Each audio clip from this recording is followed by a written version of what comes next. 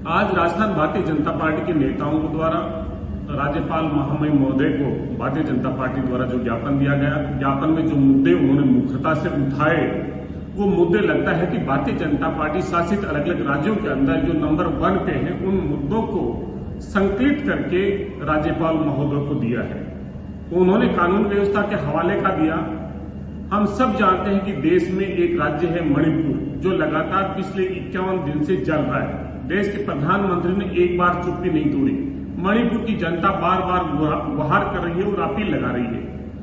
देश के केंद्रीय गृह मंत्री मणिपुर गए, लेकिन नतीजा नहीं निकला, क्योंकि मणिपुर की जनता को देश के गृह मंत्री और सरकार पे कोई विश्वास नहीं बचा है।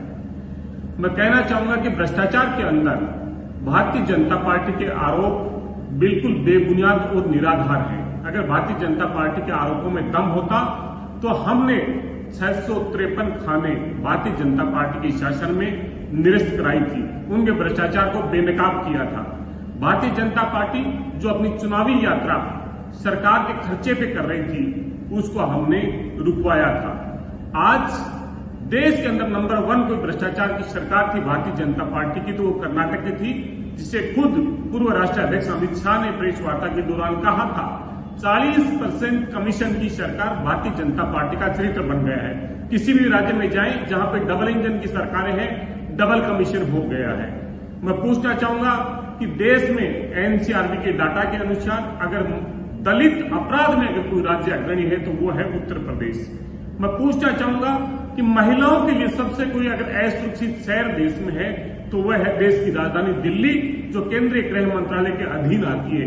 यहां पे पुलिस को एफआईआर दर्ज कराने के लिए हमारे खिलाड़ियों को, पहलवानों को जंतर मंत्र पे धरना देना पड़ता है, लेकिन दिल्ली की पुलिस एफआईआर तक दर्ज नहीं करती है। सुप्रीम कोर्ट के आदेश के आधार पर दर्ज होती है।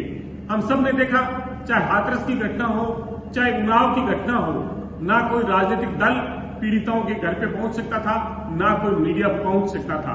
पुलिस के पहरे के अंदर दुष्कर्म पीड़िताओं का रात को अंतिम संस्कार कर दिया जाता है। मीडिया को पहुंचने नहीं दिया जाता है। राजस्थान के अंदर अपराधियों को जेल की सलाखों के पीछे भेजा जाता है। अगर दुष्कर्म में सबसे ज्यादा कोई अगर सजा देने वाला कोई राज्य होगा तो वो राजस्थान होगा। हमारा अनिवार्य पंजीकरण पुलिस को प्राथमिकी दर्ज करनी पड़ेगी। ये अगर किसी देश में है तो वो राजस्थान की पुलिस में है। ऐसे भारतीय जनता पार्टी जो 4.5 साल तक राजस्थान की जनता की मुद्दों को उठाने में नाकाम रही, वो भारतीय जनता पार्टी प्रश्न उठाने का आज हक नहीं रखती। उन्होंने कहा आपदा के अंदर भारतीय जनता पार्टी आपदा में अवसर देखती है, लेकिन राजस्थान की सरकार ने आपदा के अंदर लोगों को सहारा बन के खड़ी रही। चाहे लंपी की बीमारी हो, जिसमें पशुपालकों को हमने 41,000 पशुपालकों के खाते के अंदर 176 करोड़ रुपए भेजे। देश के किसी राज्य में हो तो भारतीय जनता पार्टी बताए। कोविड के दौरान चाहे 40,000 का रेमडेसिविर इंजेक्शन हो, चाहे अन्य दवाइयां हो, निःशुल्क उपचार किया है। भारतीय जनता पार्टी वैक्सीन के नाम पे ढंडोरा पीट रही थी, जिसकी घोषणा बजट में की।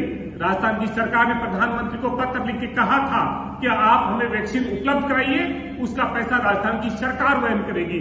इसलिए कुछ लोग आपदा में अवसर ढूंढ के पीएम केयर नाम का फंड बनाते हैं और हिंदुस्तान की जनता से और सार्वजनिक उपक्रमों से खरबों रुपया चंदे के रूप में ले लेते हैं, और वो किस काम लेते हैं देश का कोई भी आदमी जान नहीं सकता। इसलिए भ्रष्टाचार का जननी और पर्याय बन गई है भारतीय जनता पार्टी, जिसके विनाश का रास्ता कर्नाटका से शुरू हो गया है। और देश के अंदर जहां जहां पे डबल इंजन की सरकार है और डबल करप्शन है और डबल कमीशन है, उसको हिंदुस्तान की जनता बेनकाब